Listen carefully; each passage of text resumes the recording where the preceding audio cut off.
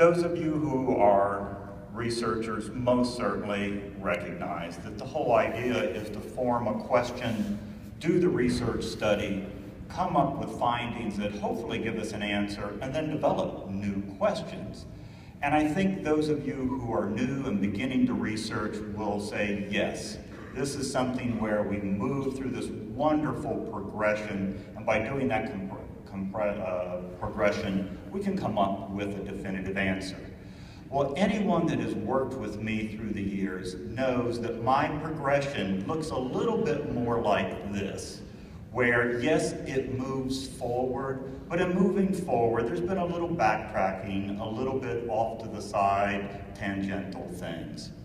Well, for today's talk, I'm going to present a series of studies that myself and my graduate students have been involved with, and I'm going to organize it in a nice, straight, linear fashion, rather than taking you through some of the tangents. But I also, because of time limitations, am going to cherry pick. I'm just going to focus on several studies because there's too many over a 30-year career, and I want to focus on those studies that I hope will lead you to accept my answer to the question as yes. So I've organized the talk in basically 6 short sections, moving through some aspects of background, basics, explanation, and I'm going to have these title slides appear throughout the talk to let you know where I am. And also, if you do decide to take that nap and you wake up, you'll know how much more you have to go before the end. So, background. Why study this particular area? So, as an undergraduate, I was an athletic trainer. And in working with many women's sports teams at my undergraduate school, I ran into this area of athletic amenorrhea. And this was 1979 as I was moving from undergraduate to graduate school. And most certainly in looking at that particular area, I found this fascinating, how exercise could affect the reproductive system in women and introduce this menstrual dysfunction. And with that leading to hormonal changes within estrogen and progesterones, luteinizing hormone, developing the menstrual dysfunction of either oligo or amenorrhea, decreases in bone mineral content. All of this I just found really fascinating, to the point that I decided in my graduate studies to take some advanced endocrinology classes. And in my PhD work, that advanced studies was at the Northeastern Ohio University College of Medicine and Pharmacy, NEOUCOMP, as we tried to shorten it to because it was way too long of a name. And in one of my endocrinology classes at the medical school, we were having a specific lecture talking about some of the etiology of athletic amenorrhea in women, and an epiphany came to me. I was sitting there and I thought to myself, well, if this happens in women who are involved with exercise, what happens with men? So I asked the question, put my hand up, and the professor said something to this effect. It was a long time ago for me to remember, but he said the male reproductive system is robust enough to tolerate the stress of exercise training.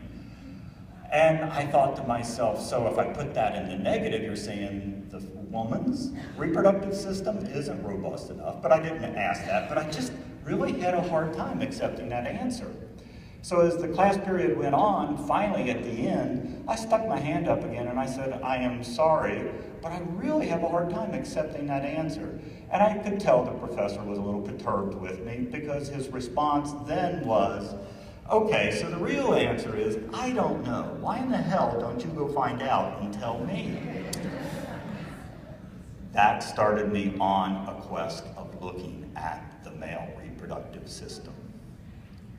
I thought, if he doesn't know and he's the endocrine prof, I think maybe we should go take a look at that. And so, in looking at this, we're talking about what's called the hypothalamic pituitary gonadal axis, which I'll abbreviate throughout the talk as the HPG axis. And that particular axis in the context of the male is the pituitary, hypothalamus, and the testes. In the case of the female, the ovary. And when we look at this particular axis, one of the things you find, yes, there are gender-specific differences, but there is a tremendous amount of gender non-specificity where the hypothalamus regulation, the pituitary regulation, is very comparable in men and women. And it's only when we get to the peripheral glands of the gonads that we start to see some dramatic differences in the systems.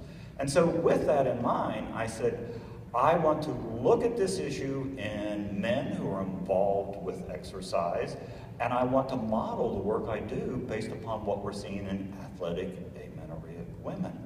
And in that context of the work that was being done in women at that time, the great prevalence of amenorrhea was associated with endurance athletes.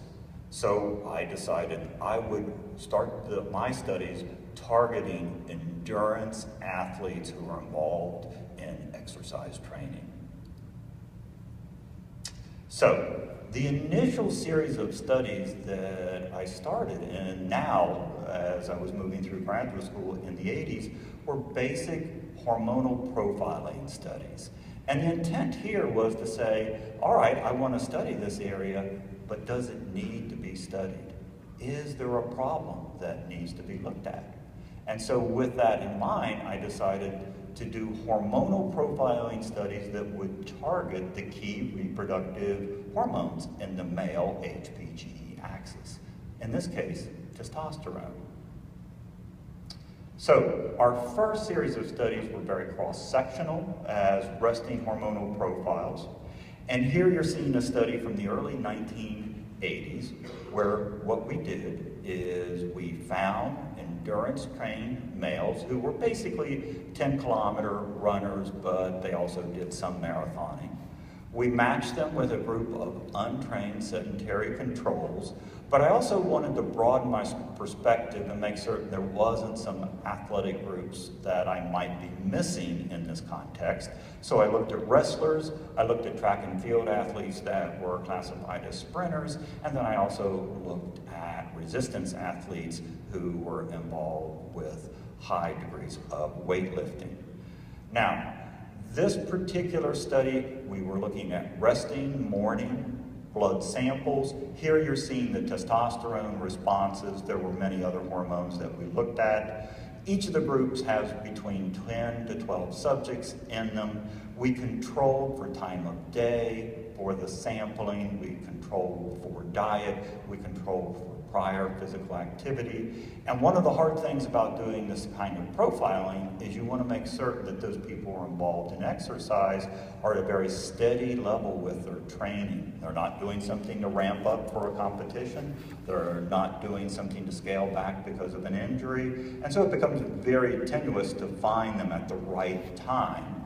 And then matching the control subjects who are physically inactive but not overweight or obese, because adiposity can influence many of the reproductive hormones.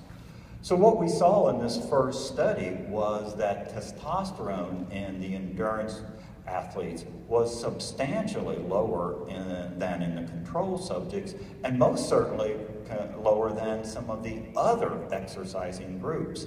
And the level was low enough that the cut point for being subclinical is indicated with the arrow on the y-axis, and you can see that the testosterone was almost to the point that it would be classified as a subclinical level. So we felt like this was some good evidence to suggest that we should pursue this problem. Men do have low testosterone if they're involved in endurance training, just like women who have athletic amenorrhea have low estrogen and progesterone, which is their corollary sex hormone.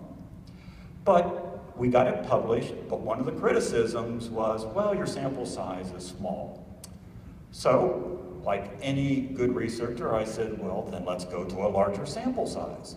So what we did is now recruit slightly over 50 endurance-trained males, and again, controlling for all those factors such as diet and training, and looked at their resting hormonal samples. And here you're looking at testosterone to the left, free testosterone to the right.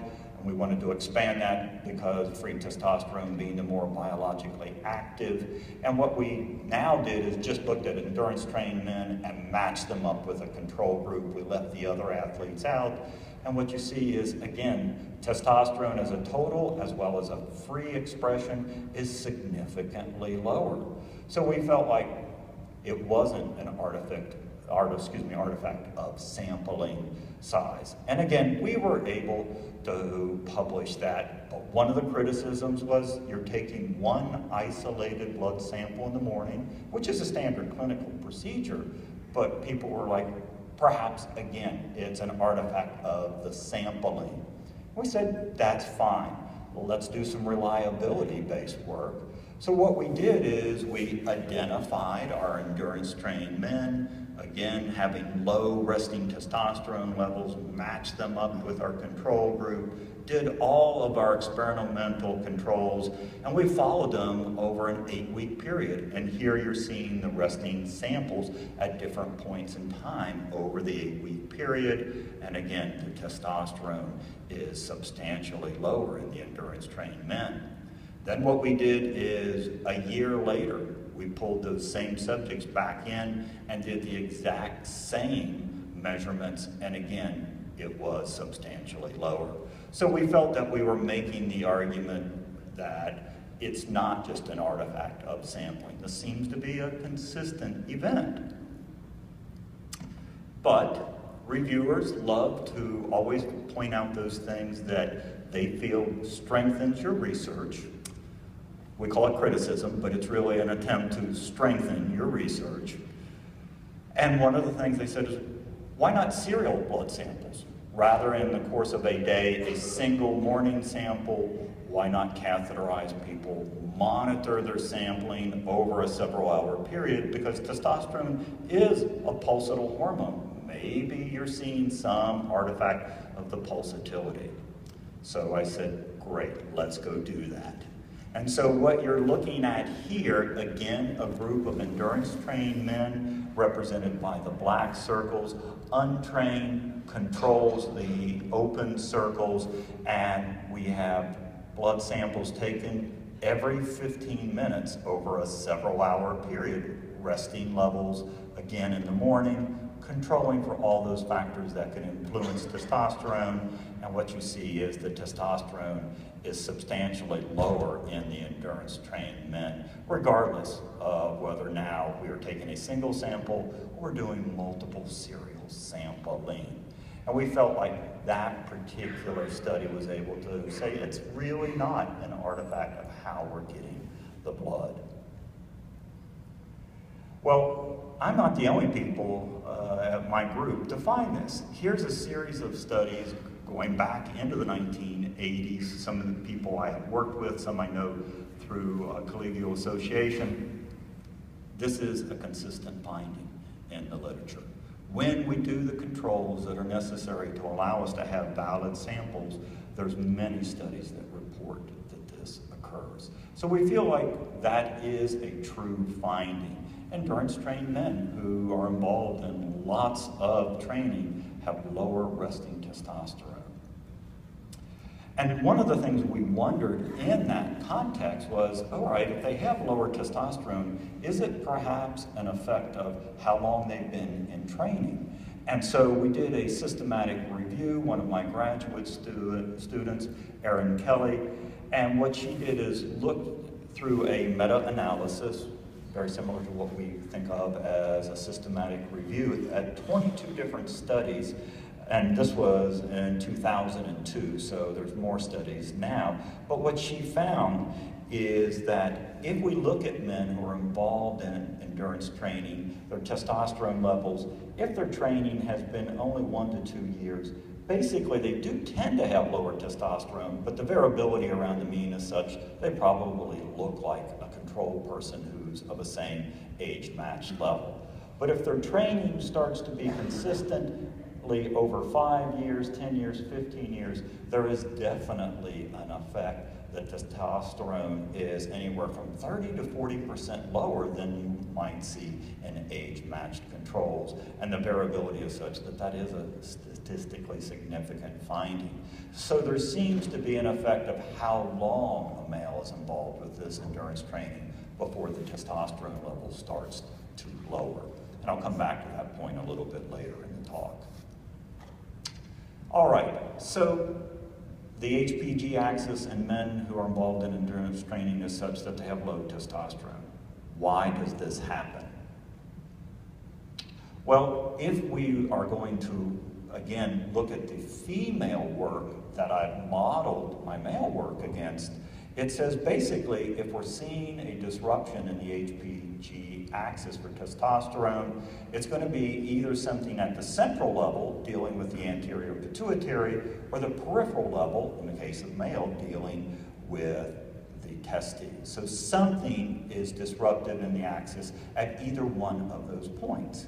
So we started to look at luteinizing hormone. Now, this is a case study 24-hour sampling of luteinizing the hormone.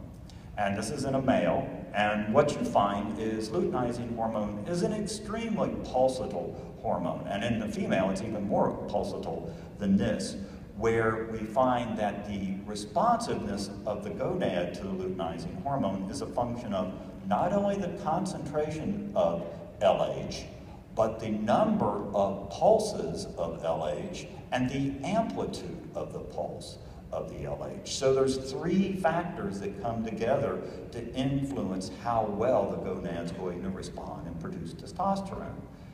This is a hard hormone to look at because of that. Not only is it a concentrational aspect, but the pulsatility and the amplitude aspect. Well, this is a composite slide of a series of studies we did, and rather than showing you a lot of data points that look like a lot of squiggly lines, what you're seeing is I've tried to condense it, where endurance-trained men with low testosterone are depicted in red, untrained matched sedentary